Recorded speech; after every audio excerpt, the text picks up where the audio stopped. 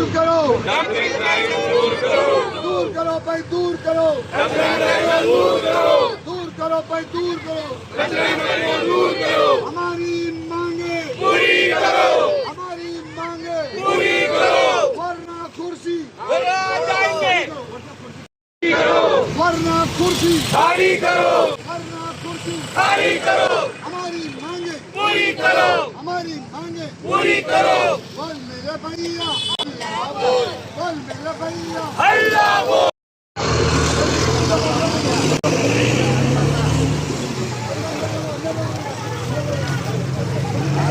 हाजी भाई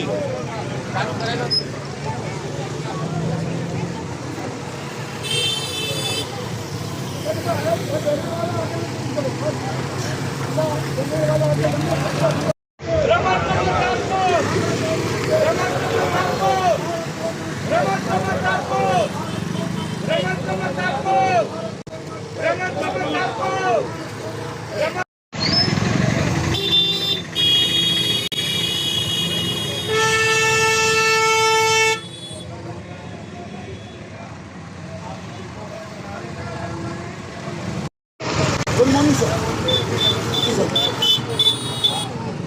આપણે વાત થઈ હતી ને સાહેબ, તમને આવીને રૂબરૂ કહી કે દેતા કે ભાઈ આપણે એને કરીશું, ફક્ત દેખાવ જેવું રહેશે ને તમને આવી તમે કીધું વાંધો નહીં।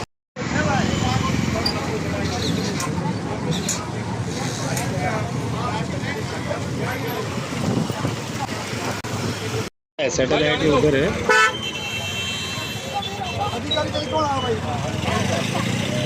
અગાઉ બી આપણે તમને કીધું છે કે અહીંયા સોલિડ વેસ્ટ પ્લાન્ટ આ વસ્તીને ધ્યાન રાખીને, શાળાને ધ્યાન રાખીને ખરસાડ સાહેબ હતા, એ હતા, પછી આપણે શું નામ આઈ.કે. પટેલ હતા, કેન્સલ થયું હતું। બોર્ડ બનાવવા હતા, અમે બોર્ડવાળાને ભગાયા હતા કે બોર્ડ બનાવવા નહીં દઈશું, જતા જતાં પાછું આવ્યું। મહેરબાની કરીને કહેજો, આજે આ શાંત દેખાવ છે અમારો, આવનાર સમય માટે જે કોઈ પણ બનાવ બનશે અમદાવાદ મ્યુનિસિપલ કોર્પોરેશન જવાબદારી હશે, તાત્કાલિક આ કામગીરી બંધ થાય એવી અમારી સમગ્ર વસ્તીની લાગણીની માંગણી છે। તમારા ઉચ્ચ અધિકારીને જઈને પ્રેશર કરજો, એ સમગ્ર વસ્તીના આરોગ્ય સાથે ખેલવાડ ના કરો। બાળકો છે, વડીલો છે, ઘણા બધા લોકો છે, પ્રયત્ન કરીને તમારા ઉચ્ચ અધિકારીને કહીને આ કામગીરી તાત્કાલિક બંધ થાય। નહીં થાય તો પછી જે કોઈ બનાવ બનશે અમદાવાદ મ્યુનિસિપલ કોર્પોરેશનની અને સોલિડ વેસ્ટ ડિપાર્ટમેન્ટ ડેપ્યુટી કમિશનરની રહેશે। તમે તમારી રીતે અમારી આ સૌની લાગણી અને માંગણી આપ લઈ જજો કે તાત્કાલિક આ કામગીરી હાલ બંધ થાય તેવી અમારી માંગણી છે અને યોગ્ય અમલમાં કરજો। અમે ના છૂટકે, તમે નહીં માનશો તો અમે હાઈકોર્ટના દ્વાર બી ખકડાઈશું। આ વાત સૌની છે, પ્રજાની છે। એઝ એ કાઉન્સિલર તરીકે હું કહું છું, કાઉન્સિલર એક પ્રજાનો પ્રતિનિધિ છે, અમદાવાદ શહેરનો નગરસેવક છે અને નગરસેવકની વાતો હોવા છતાં અમારી અવગણના કરવામાં આવી છે। અમે આ પત્ર 18 તારીખે સામાન્ય સભામાં મેં આપ્યો છે। કમિશનરથી લઈને ડેપ્યુટી કમિશનર તમારો સોલિડ વેસ્ટ ને અખબારોમાં બી ઘણા બધા આવ્યા છે, ઘણું બધું આપ્યું છે, છતાં તમે અમારી પ્રજા સાથે અન્યાય કરવા માંગો છો તો અન્યાયનો સામનો પછી સહન કરવાની તાકાત રાખજો। છેલ્લા ઘણા વર્ષોથી અમદાવાદ મ્યુનિસિપલ કોર્પોરેશન દ્વારા સ્વેટ ટ્રીટમેન્ટ પ્લાન્ટો બનાવવાની કામગીરી ચાલતી હતી। એ સમયે અમને નોઈડા લઈ ગયા હતા અને નોઈડા લઈ જઈને અમને બતાવવામાં આવ્યું હતું કે આ તમારા માટે ગાર્ડન બનાવીશું, પણ ગાર્ડન તો ન બનાવતા વારંવાર અમે સામાન્ય સભાઓમાં અને દરેકે દરેકમાં અમે આને કહેતા હતા અને છતાં એ કામગીરી કરવામાં આવતી નહોતી। આજે પ્રજા સાથે અન્યાય છે, આરોગ્ય સાથે અન્યાય છે, આજુબાજુ શાળાઓ છે, શાળાઓ સાથે અન્યાય થઈ રહ્યું છે અને અમે આ વસ્તુ નહીં ચાલવા દઈએ। પ્રજાના હિત માટે અહીંયા શાળાઓ માટે ગાર્ડન બનવું જોઈએ, રમતગમતનું મેદાન બનવું જોઈએ। એવું છે કે અહીંયા મેટ્રો સ્ટેશનની સામે એક ખૂબ જ મોટો કોર્પોરેશનનો પ્લોટ છે, એમાં વર્ષોથી ગાર્ડન માટે હેતુ માટે આ ફાળવાયો હતો। અહીંયા સોલિડ વેસ્ટ ડિપાર્ટમેન્ટ દ્વારા રેફ્યુઝ ટ્રાન્સપોર્ટ સિસ્ટમ બનાવવામાં આવી રહી છે અને એની માટે બજેટ પણ ફાળવી આપવામાં આવ્યો છે। એટલે આ બાબતે સ્થાનિકોનો ઉગ્ર વિરોધ છે।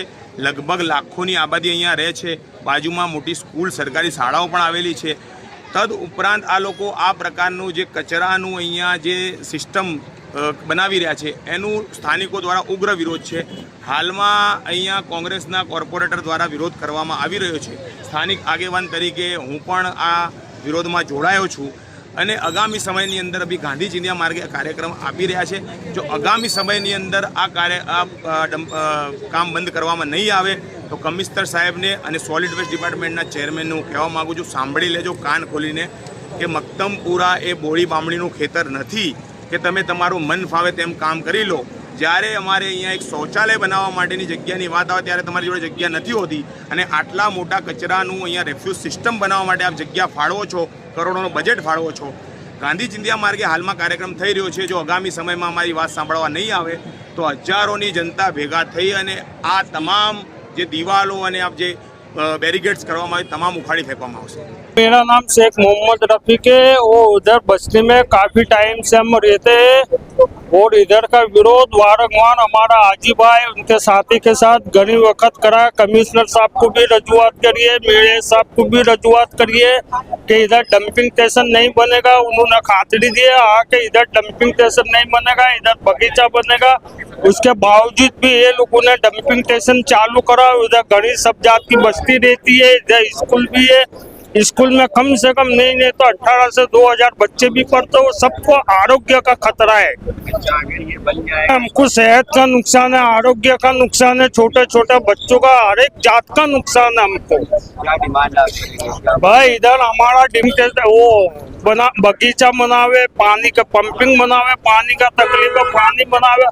और मेन तो इधर ये एरिया में बगीचा नहीं है. हमको जो बगीचे का बोलेला तो बगीचा बनावे बच्चों के लिए. ये एरिया में कोई जात की सुविधा नहीं है, मतलब सब बगीचे में सुविधा है और पानी का जितना हो इतना सुविधा करा. हम यहीं रहते हैं, हमारी बस्ती यहाँ पर है. लगभग 100 जितने घर है हमारे, उसको तोड़कर यहाँ पे डंपिंग साइट बनाई जा रही है. जबकि सभी वार्ड में बढ़िया से बढ़िया म्यूनिसिपालिटी ने गार्डन बनाए हैं, सारी सुविधा सारे वार्ड में दी गई है. लेकिन मक्तमपुर के साथ अन्याय क्यों हो रहा है? क्योंकि मुस्लिम पब्लिक है इसलिए, यहाँ मुस्लिम लोग है इसलिए उनको दबाया जा रहा है. मुसलमानों के बच्चों को बीमार करने की साजिश है. ये डंपिंग साइट यहाँ नहीं होनी चाहिए, उसकी जगह हमें यहाँ गार्डन दो.